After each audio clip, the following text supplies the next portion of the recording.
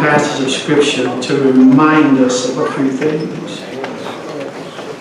The Old Testament book of Daniel.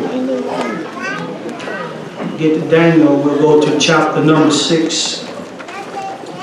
Good to see my friend Darrell and Sister Jones in the building. Amen. God bless you. Amen. Amen. They come from Conroe, Texas. Amen. Daniel chapter 6. When you get to chapter 6, I'm going to do a couple of verses. I'm going to do what they call spot reading. Let's try verse 10 right now.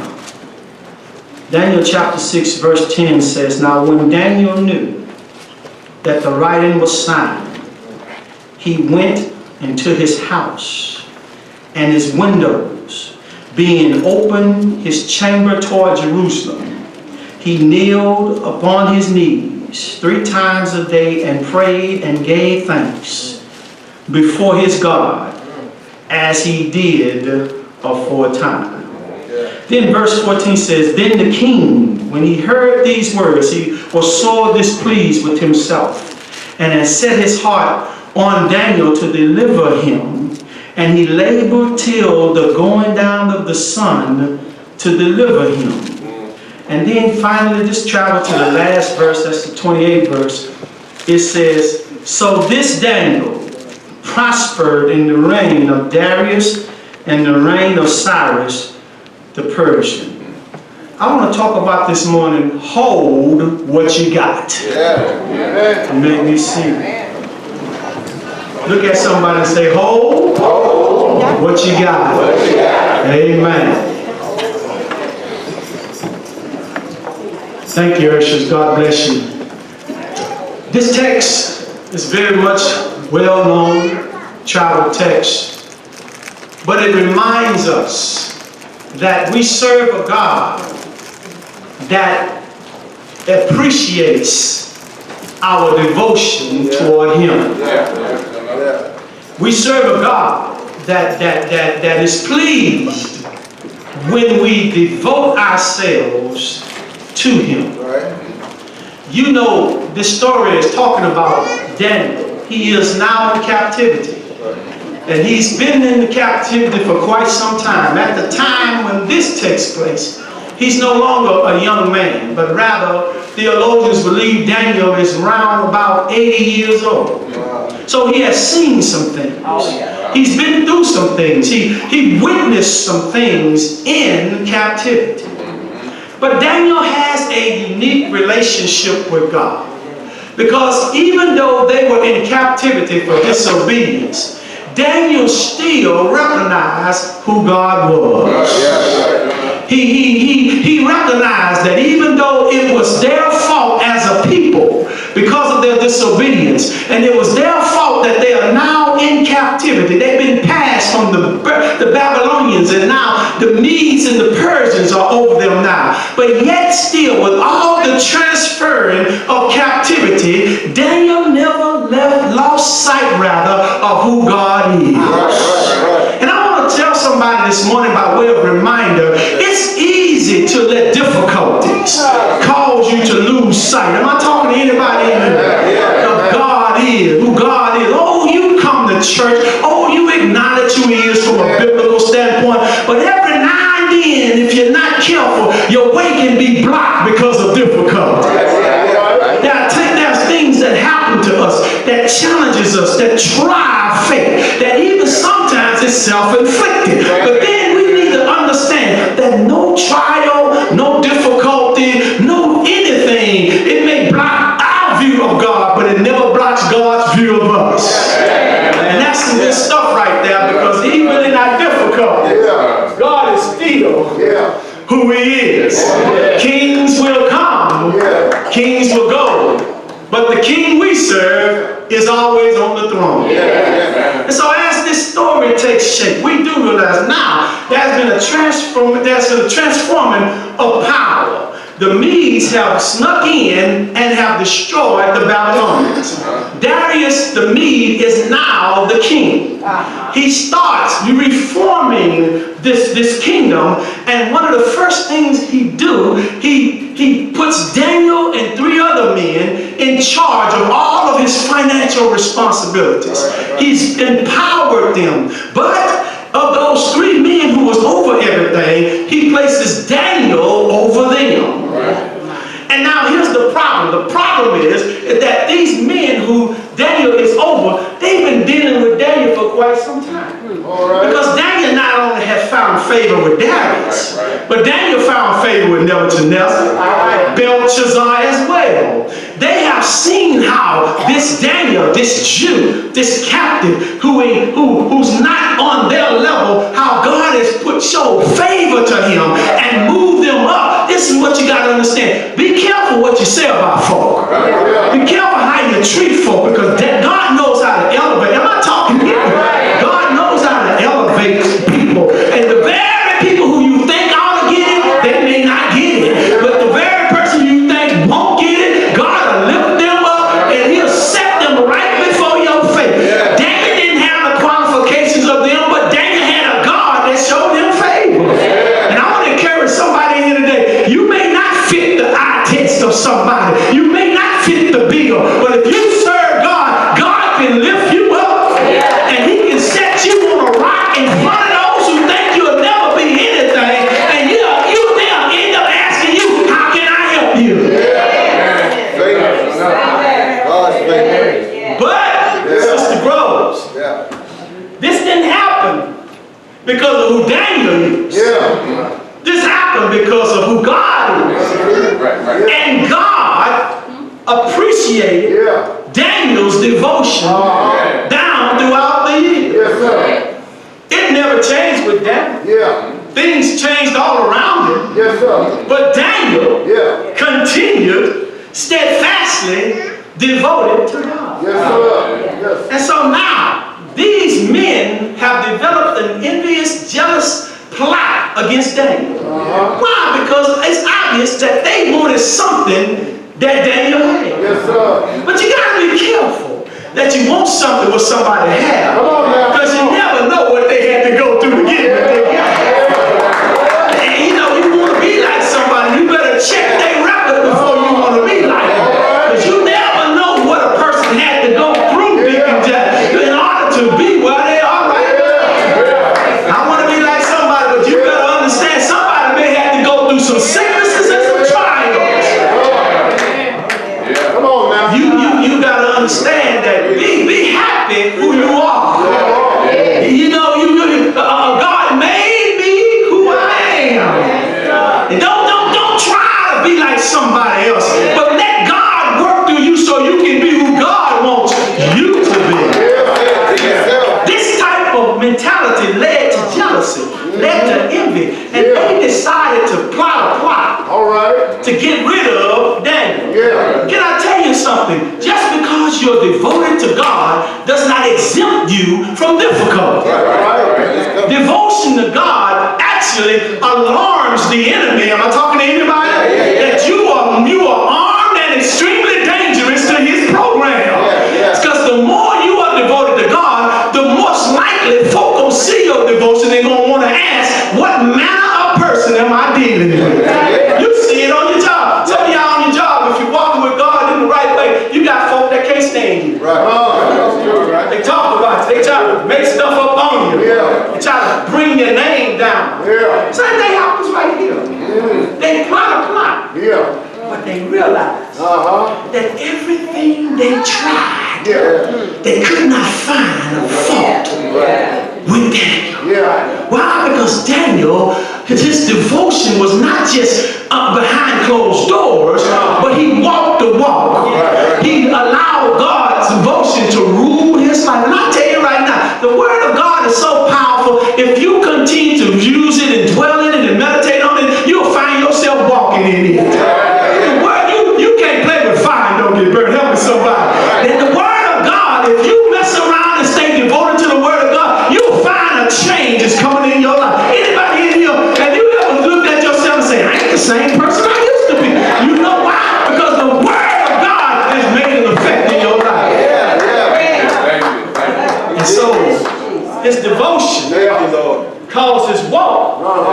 to be noticed by all. But not everybody gonna hurrah you and applaud you for your wife. You got some devils out there helping you. You got some folk who are demonically responsible, being demonically used to try to bring you down. But here's the point. It ain't for you to walk around trying to find who they are. See, some of y'all waste your time trying to find out who's the devil. You don't worry about the devil. Just make sure you ain't the devil.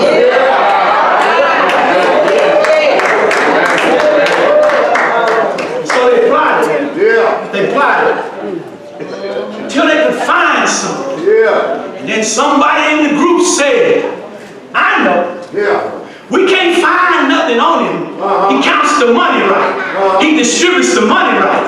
He works with integrity. But the only thing that we can find against him is that we try to get him to separate his devotion from his God. And even right now, as I speak, the devil is busy at work right now in churches all over trying to get folk to separate their devotion from God. So the plot is, we got to get the king in the map. So they go to the king. You know the story. They go to the king, blow his head up, how great he is, and all of this and that. And then he says to him, for 30 days, let's make a decree that nobody in the kingdom, don't care who they are, don't pray to anybody but you, okay? For 30 days. The king obviously took the bait, like most of us do. The devil will throw something and say, girl, you sure got it going on. You walk around, hey, I got it going on. And let me tell you something right now. When you think you got it going on, you ain't going nowhere. That's a bubble buster. I know where that's really, because now some people need to be put in check. And you and I, at the end of the day, we're servants. I don't care what we present. I don't care from the pulpit on back. The bottom line is when you face the Lord, he's not going to say, well done, pastor, well done, deacon, well done, usher member. He's going to say, well done, servant. Jesus himself says, I didn't come to be served. Y'all ain't talking to me this morning. But I came to serve. Now if Jesus came to serve, who do you think you are not to serve? I keep telling y'all, some people around and walk around like they're the fourth person in the Trinity. But we are servants. And so Daniel is being plotted against. And here's the scheme. We notice that every day Daniel has a time to pray. And Daniel don't do this thing in the corner. Help me somebody. So you got some secret agent Christians. They want to do stuff in the corner. Come out the closet and be a Christian. If you live for them in church, live for them on the outside. So they notice Daniel praying 3 times a day. Angelo morning, noon, later on that day. And there was a thing going on. So they said, King, sign the decree. He signed it, make a long story short. So now the law is out. It's everywhere. It's posted everywhere. You can't miss it. It's everywhere. It's posted. It's on Facebook. It's on Twitter. It's on billboards. Instagram. Snapchat, young folk. It's on everywhere. You can't miss it. No law for 30 days. Don't pray. To anything. If you gotta pray, call on the king. If you get caught praying to anybody but the king, y'all know the story? The punishment is the lion's den. The king signed it, it can't be revoked. That's right. So now, when this is in play, verse 10 says, and Daniel. Do you see that? Yes, sir. Now when Daniel knew that the decree was in vogue, let me translate it. When he read it, when he comprehended it, when he understood it, the Bible says Yeah. Daniel said, let's see, for 30 days nobody is to pray to nobody but the king. Wait a minute, I've never prayed to the king anyway. I prayed to the King of Kings. I prayed to the Lord of Lords. I ain't never prayed to the king. I don't know what that king doing, but before that king even came, I was serving the king. Help me somebody. And I want to be honest with you today. Don't get caught up in serving the wrong person. Watch the text.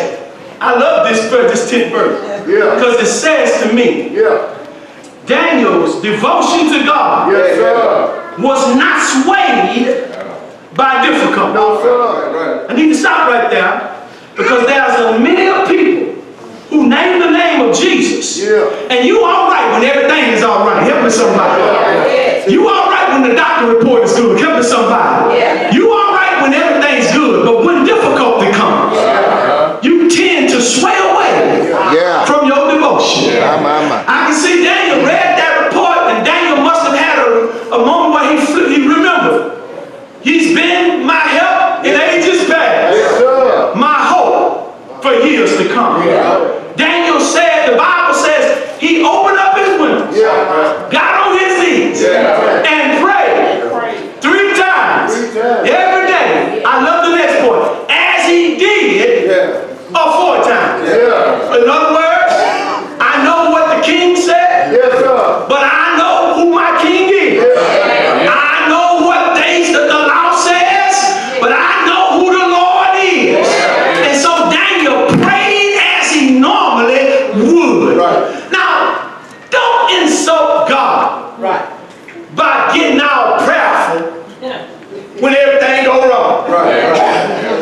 Every Christian, you ought to pray every day. Oh my goodness. Pray even when things are going right. Thank you, Lord. Pray. Even if you pray for somebody else. Jesus said men should always pray and not faint. We insult God because we pray when stuff go wrong. But we need to talk to God all the time. Don't say what Daniel's prayer was. But what we do know, he prayed. He prayed till they saw him. He prayed till they had him under surveillance. Because that's how they proved their case. See, they did not only go to the king with their story. They said, get somebody and come with us. So you can check out what we accuse them of is true. He prayed every day. And when the report came back to the king, we found a violator. The king said, let's get rid of him. But then in verse 14, when the king realized it was Daniel, why? He got upset. Because he knew that Daniel was a different person. Can I tell you something? You may not know it, but God can use you even when you don't know you're being used. And so watch this. The king, when he found out it was Daniel, so Spriggs, he tried everything he could to get that thing turned around. But I like this because you do know, even though he tried to deliver Daniel, he's not the real deliverer. Talk Pastor Brigham. I'm trying to get somebody to know your bank account ain't your deliverer. Your friendships, ain't your deliverer. Those things that you think that are going to deliver you, they're not the deliverer. Because you know why? When you leave, they still here. But even though he tried, God let it play out. Can I suggest today that there are times when we've got to come to the conclusion that God's glory is greater than our comfort? That's right. That sometimes, Brother Rasa, God allows things to play out. I wish I had a witness in this place. He allowed difficulties to play. Oh, he could stop them. He has all power. He stopped the sun in the middle of the day. Help me somebody. He has power to stop. But sometimes God lets it play out. You know why he lets it play out? Not only for his glory, but also for you to learn more about him. How many of you had your back against the wall and the wall was caving in and you didn't have nowhere to hold on to, Sister Baker? But God said, I got you where I want you right now. So I want you to understand, I put you there so you can learn that you can depend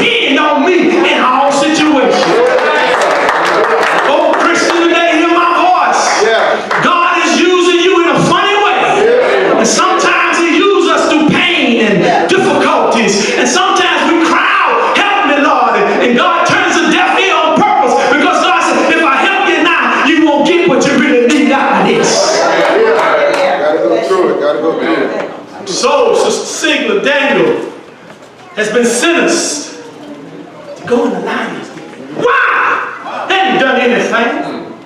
He hadn't violated any, he didn't broke any rules. He violated a brand new law, but what has Daniel did? And the king knew that. That's why he stayed up all night.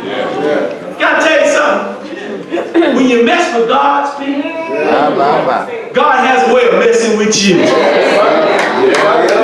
Call Pastor Brigham. And so he stayed up all night. And he just tossed and turned. His final words before he went to Daniel, put Daniel in the line, and let me back up a little bit, was, Daniel, I hope to God that you're devoted to can deliver you out of this. Can your God really deliver? And the Bible says he tossed and turned all night. And then he got up early in the morning and went and took a peek. And he discovered, as he cried out, Daniel, I wonder if you're still in there. And the Bible says Daniel screamed out, long live the king. But I got a stinking suspicion right here. Maybe he was talking to that king. But Daniel was really saying, long live the king. The one who really is my deliverer. And I want to tell somebody tonight, if God has redeemed you, you ought to take a page out of the Bible and say so. Let the redeemer of the Lord say so, who has delivered us out of the hand of the enemy. Y'all don't know when to shout right here, because I'm looking at everybody in here, and I know God has redeemed you, delivered you from some kind of situation. I know when you couldn't figure it out, God fixed it out for you. I know when it went bad, God made it look good. I know when they put you down, God picked you up. And now there'll be somebody in here, other than me and a few other people, saying, thank you for redeeming my stuff. So, here we have a situation, a difficult, that looked bad, Chad. It looked like it was over. It looked like it was a done deal. Anybody been there before? Well, it looks like it's a done deal. It looks like it's signed, sealed, and about to be delivered.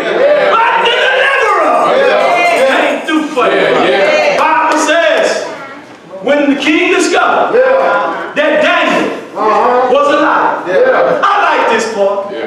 Daniel started testifying. I'm alive because the God I serve was able to send somebody down and shut their mouth. See, for years I've been thinking he took the appetite. No, he didn't. He shut the mouth. Come here a little closer, somebody. You see, God can let your enemy still be your enemy, and your enemy can't do nothing to you. He prepared the table before me in the of my enemies. God can let your enemy raise however hell he wants to, and you will walk in peace. You will walk in joy. Your enemy was saying, I'm trying to make it hard.